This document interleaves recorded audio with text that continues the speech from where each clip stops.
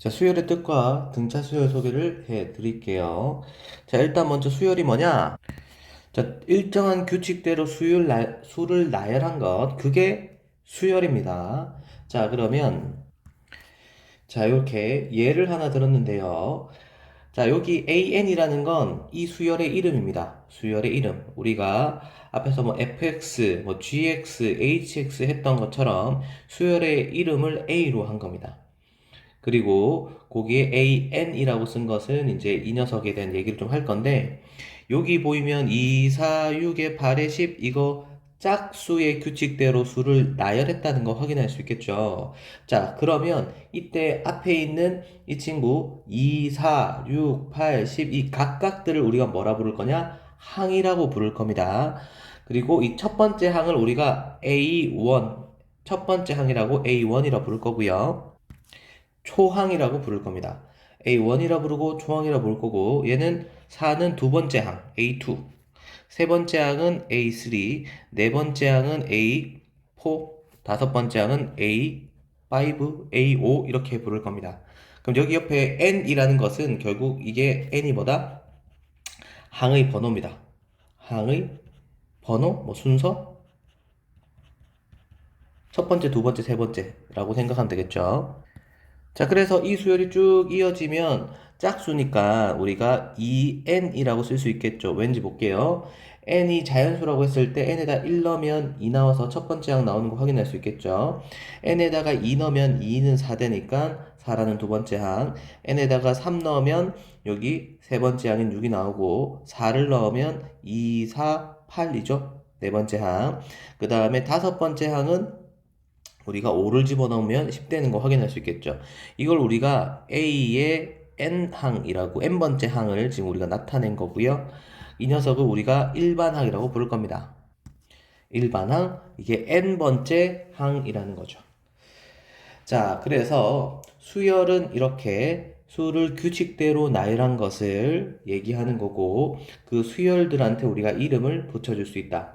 그런데 이런 생각을 할 수 있겠습니다. 선생님, 그러면 1, 7, 2, 5, 3, 2 막 마음대로 규칙 없이 나열하면 수열이 아닌가요? 물론 규칙 없이 나열해도 수열이라고 부를 수 있겠지만, 우리가 다루는 것은 규칙이 있는 수열들만 다룰 거고, 그 규칙성 파악해서 문제 푸는 거 할 겁니다.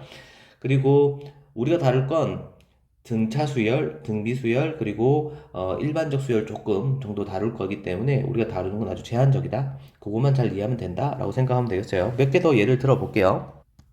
자, 이번에 B라는 수열을 준비했고, 이 수열의 첫 번째 항은 B1, 이게 초항이 되겠죠. 초항. 그 다음에 두 번째 항은 B2, B3, B4 이렇게 우리가 할 것이고, 그 수를 가만히 관찰 한번 해볼게요. 1, 4, 9, 16, 5, 25 이거 어서 많이 본 것들이죠. 바로 1의 제곱, 2의 제곱, 3의 제곱, 4의 제곱, 5의 제곱, 즉 n의 제곱이 되는 거고, 이게 뭐다? bn, b의 n번째 항이 되겠죠. 우리는 이 친구를 어떻게 부른다? 일반항이라고 부르기로 했죠. 이거 일반항 되겠습니다.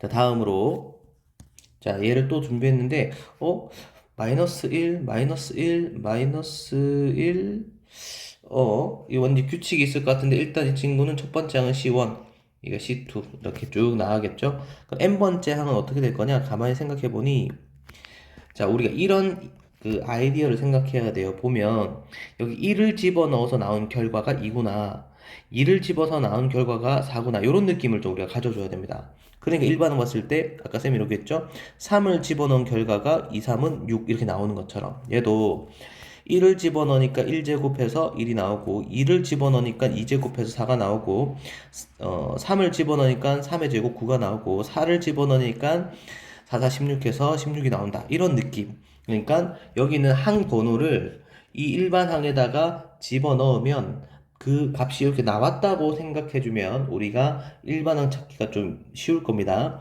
그러니까 지금 여기 마이너스 1은 1을 넣은 결과, 어, 1은 2를 넣은 결과, 마이너스 1은 3을 넣은 결과입니다. 1은 4를 넣은 결과고, 그 다음에 마이너스 1은 올은 말이 안 되네요. 올을 넣은 결과가 되겠죠. 그러니까 선생님 홀수 넣으면 마이너스고 짝수 넣으면 양수니까 이거 마이너스 1에 n제곱 아닐까요? 1 넣으면 마이너스 2 넣으면 플러스 1 되는 거 확인할 수 있으니까요. 그래서 이게 cn 바로 일반항이다 라고 하면 되겠습니다. 그래서 우리가 수의 규칙을 찾는 게 수열이기 때문에 일반항을 구할 수 있으면 그 규칙을 확인하는 거라고 보면 되겠죠. 하나 더 예를 들어 볼게요. 자, 이번에 준비한 수열은 9, 99, 9999, 9999, 99,999. 이 친구의 규칙을 어떻게 찾을까? 천천히 한번 생각해 볼게요. 일단 D1, 얘는 1을 넣은 결과고요. 얘는 2를 넣은 결과, 얘는 3을 넣은 결과, 얘는 4를 넣은 결과, 얘는 5를 넣은 결과입니다. 어떻게 해야 될까요? 뭐, 보통 친구들이 대답하는 거 보면 9를 하나씩 더 붙여요. 막 이렇게 얘기를 하는데, 9가 한 개, 9가 두 개, 9가 세 개, 그런데 이제, 식으로 표현해야 되니까, 이렇게 한번 생각해 볼게요. 얘 9는 10에서 1이 모자란 상황, 얘는 100에서 1이 모자란 상황, 얘는 1000에서 1이 모자란 상황, 얘는 만에서 1이 모자라고, 얘는 10만에서 1이 모자라죠. 그러니까 우리가 10에 n제곱이라고 하면 1 넣으면 10이죠. 그래서 빼기 1 하면 9 나오는 거 확인할 수 있죠. D에 2 있죠. 2 집어넣으면 100이죠. 100 빼기 1 하면 99 나오는 거 보이죠. D2도 구했고, D3 같은 경우는 3 집어넣었더니 1000이죠. 이거 10의 거듭제곱은 3제곱이면 공이 3개란 뜻이고, 1000에다가 공이 3개면 1000이죠. 그래서 1000 빼기 1은 999. 그 다음에 4 집어넣으면 만이니까 빼기 1하면 9999 나오는 거 확인할 수 있겠죠. 그래서 DN 일반항 우리가 요 좀 어려운 수열이었는데 규칙을 이렇게 일반적인 식으로 표현할 수 있구나 라고 우리가 기억하면 되겠습니다. 자, 이제 수열이 어떤 건지 대충 감을 잡았고, 그리고 우리가 어떻게 부를 건지. 수열들한테 AN, BN, CN, DN 이런 것처럼 이름을 붙여줄 수 있고, 그리고 이 항이라고 부를 거고, 첫 항, 두 번째 항, 세 번째 항. 이거를 A1, A2, A3, A4, A5 이런 식으로 쓸 거고, n번째 항은 이렇게 AN항 해서 일반항, EN 또는 뭐 n의 제곱. 이런 식으로 여기 n을 집어넣었을 때 나온 결과가 그 항이 나오게 우리가 식을 적어주면 되겠습니다. 좀 이렇게 우리가 보니까 이거 마치 약간 함수 같다는 생각이 들죠. 정리 좀 더 해볼게요. 자, 수열을 우리가 함수로 좀 볼 수 있는데요. 자, 어떤 거냐면 정의역이 x값들이 자연수인 함수라고 생각할 수 있겠죠. 그래서 f에다 1 넣으면 f1이 나오겠죠. 그 f1을 지금 우리 그 수열에서는 A1이라고 쓸 건데 이렇게 가로를 썼는데 이 가로를 생략하고 우리가 A1 쓰는 느낌이라고 생각하면 되겠죠. 이게 첫 번째 초항입니다. 그래서 만약에 우리가 아까 첫 번째 AN 이 친구 일반항이 AN이 2N이었던 이 첫 번째 짝수의 일반항을 가지고 생각해 본다면